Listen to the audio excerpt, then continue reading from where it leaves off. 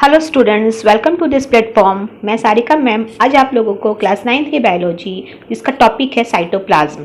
जैसा कि पिछले क्लास में हम लोगों ने प्लाज्मा मेम्ब्रेन के बारे में डिटेल से पढ़ा था, उसके फ्लूइड मोज़ेक मॉडल के बारे में पढ़ा था, फंक्शन के बारे में पढ़ा था, ट्रांसपोर्ट सिस्टम के बारे में पढ़ा था। तो ये पहला फीचर्स था प्लाज्मा मेम्ब्रेन। तो दूसरा फीचर्स सेल का जो है वो हम लोग पढ़ेंगे साइटोप्लाज्म। आज का जो टॉपिक होगा वो होगा साइटोप्लाज्म। ठीक है, तो ध्यान से देखिएगा, वीडियो को पूरी देखिएगा।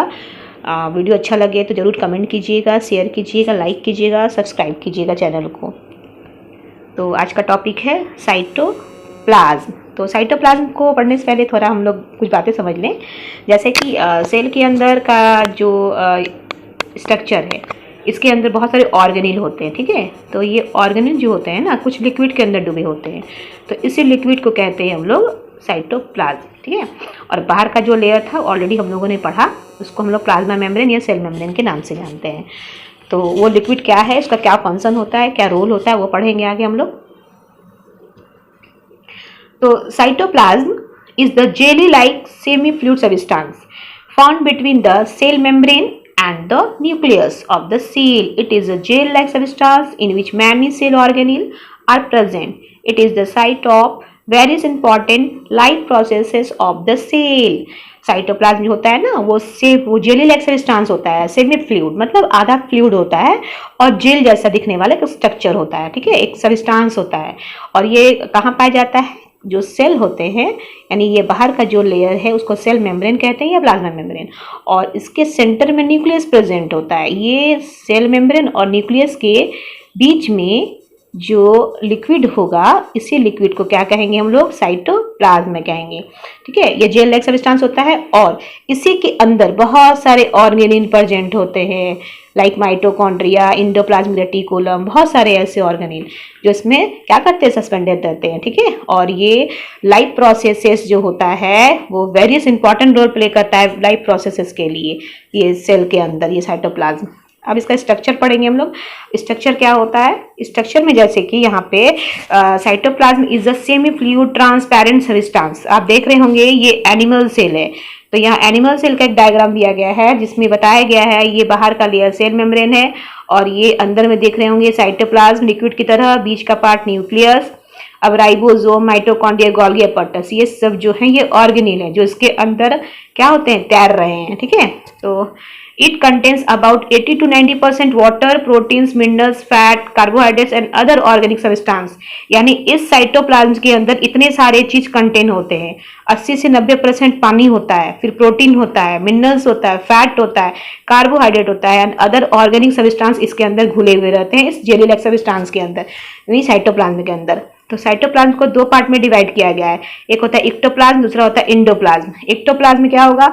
Outer clear and granular part, यानी कि ये सेल के अंदर जो यहाँ पे जो ये साइटोप्लाज्म का लिक्विड होता है, ये दो तरीके का होता है इसमें पार्ट्स। तो एक होता है एक्टोप्लाज्म जिसमें क्या होता है, इसमें ग्रैन्यूल्स प्रेजेंट होते हैं, ग्रैनुलर पार्ट प्रेजेंट होता है, और इंडोप्लाज्म में क्या होता है, यानी इनर यानी फ्लूइड पार्ट जो होता है जिसमें ऑर्गेनिल प्रेजेंट होते हैं।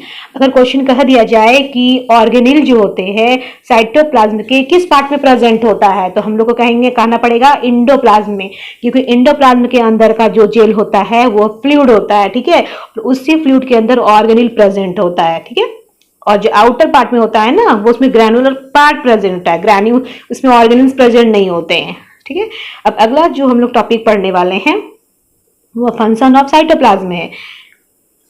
आप देख रहे होंगे यहाँ पे फंक्शन ऑफ साइटोप्लाज्म, यानी साइटोप्लाज्म में फंक्शन क्या है, क्या काम करता है ये? तो provide support and protection all organelles in the cell, और क्या करता है? सेल के अंदर जितने भी ऑर्गेनिल हैं उसको ये सपोर्ट प्रोवाइड करता है, प्रोटेक्शन प्रोवाइड करता है। It is the site of various chemical reaction metabolism of the cell.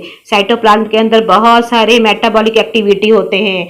ठीक है, वेरियस केमिकल एक्टिविटी होते हैं जो सेल कंप्लीट करता है इसी साइटोप्लाज्म की हेल्प से। Help in the movement and transport of material inside the cell, और ये किसी भी मटेरियल्स या सब्सटेंस के मूवमेंट में हेल्प करता है। ठीक है, इनसाइड द सेल, इन सेल के अंदर। Maintenance the shape and flexibility of the cell, और सेल को मेंटेन करता है, इसको फ्लेक्सिबल बनाता है, लचीला बनाता है। Helps organelle remain properly arrange inside the cell, और ये ऑर्गेनील्स को प्रॉपर ढंग से अरेंज करके रखता है। अगर मान लीजिए सेल के साइटोप्लाज्म अंदर है और इसी में बहुत सारे ऑर्गेनील प्रेजेंट है, तो सबका एक शेप होता है, एक आकार होता है, और इसको क्या करता है, वो अरेंज करके रखता है प्रॉपर ढंग से। ठीक है, अब अगला पढ़ेंगे हम लोग कि इंपॉर्टेंट ऑर्गेनील इन साइटोप्लाज्म। अब इस साइटोप्लाज्म के अंदर बहुत सारे ऑर्गेनील प्रेजेंट होते हैं जो बहुत इंपॉर्टेंट होते हैं। लाइक जैसे सेल के अंदर मान लीजिए ऑर्गेनील प्रेजेंट नहीं होंगे तो सेल वर्क कैसे करेगा, कैसे एक्टिविटी करेगा, तो सेल इसी ऑर्गेनील के कारण एक्टिविटी करता है, और लाइफ का जो भी लाइफ प्रोसेसेस होता है उसी के कारण होता है। तो अब ये किसी के अंदर तो रहेगा, तो अंदर रहने के लिए कोई लिक्विड चाहिए, तो वो लिक्विड साइटोप्लाज्म है। तो इंपॉर्टेंट ऑर्गेनील इन साइटोप्लाज्म, पहला है राइबोसोम, दूसरा है माइटोकॉन्ड्रिया, तीसरा एंडोप्लाज्मिक रेटिकुलम, चौथा है गोल्गी एपार्टस, पांचवा लाइसोसोम, छठा सेंट्रोसोम, सातवां वैक्यूल। तो राइबोसोम जो होता है, इसका काम क्या होता है, ये ऑर्गेनील का, ये हेल्प करता है प्रोटीन बनाने के लिए, प्रोटीन सिंथेसिस के लिए। माइटोकॉन्ड्रिया काम क्या होता है, ये power house of the cell के नाम से जाना जाता है, और ये एटीपी को बनाता है। जब हम लोग ऑर्गेनील पढ़ेंगे तब इसको डिटेल से पढ़ेंगे, माइटोकॉन्ड्रिया राइबोसोम के बारे में। उसके बाद एंडोप्लाज्मिक रेटिकुलम, जिसका शॉर्ट नाम है ईआर, ये क्या करता है, ये help in the synthesis and transport of protein and other materials.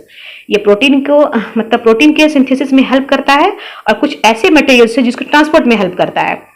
Golgi apparatus क्या करता है, ये मॉडिफाई का काम करता है, पैकेजिंग का काम करता है।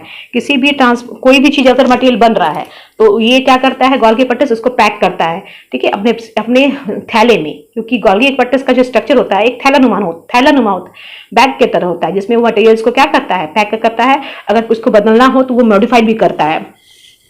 लाइसोसोम क्या होता है, ये digestive enzyme that help in the breaking down waste material.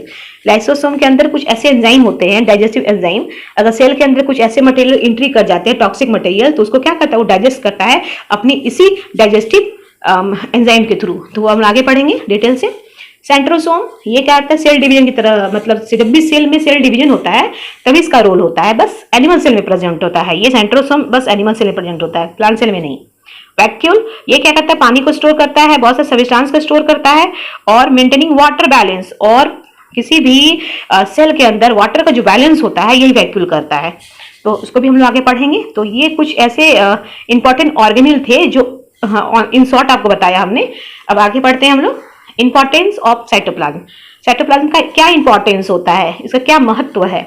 Cytoplasm is the seat of life processes inside the cell, पहला इसका इंपॉर्टेंस। दूसरा है ये प्रोवाइड मीडियम फॉर और मेटाबॉलिक एक्टिविटी, सेल के अंदर जो मेटाबॉलिक एक्टिविटी होता है इसको एक मीडियम प्रोवाइड करता है ये।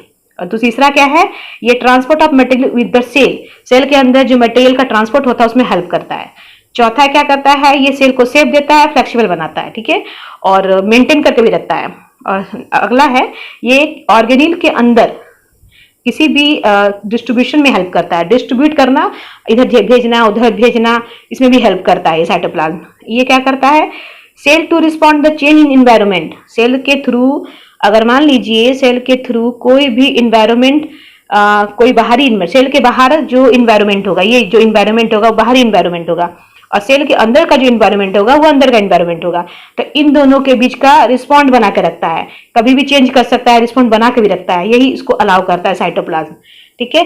तो आगे पढ़ेंगे हम लोग पॉइंट्स ऑफ रिमेंबर, की पॉइंट्स है, कुछ क्विक फास्ट है। तो जैसे कि पॉइंट्स ऑफ रिमेंबर में क्या है कि साइटोप्लाज्म जो हम लोग पढ़ा अभी हमने, तो cytoplasm is present between cell membrane and the nucleus, ये इन शॉर्ट पॉइंट से आप इसको याद रख सकते हैं। ये semi fluid gel like substance होता है और सेल की एक्टिविटीज में ये बहुत रोल प्ले करता है, और ये इसके अंदर क्या होते हैं, ऑर्गेनिल सस्पेंडेड रहते हैं, यानी कि तैरते हैं।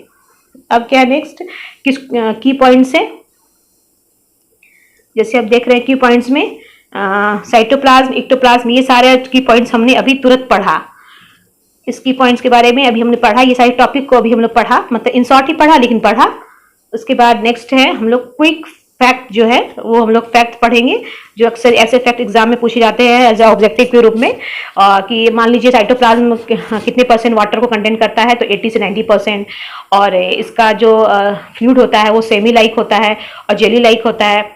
ये क्या करता है, स्टोरेज में हेल्प करता है, ट्रांसपोर्ट में हेल्प करता है, chemical reaction like metabolic activity में हेल्प करता है, और vital for the survival of the cell, cell को जिंदा रखने में मदद करता है, बहुत सारे इंपॉर्टेंट रोल प्ले करता है ये साइटोप्लाज्म।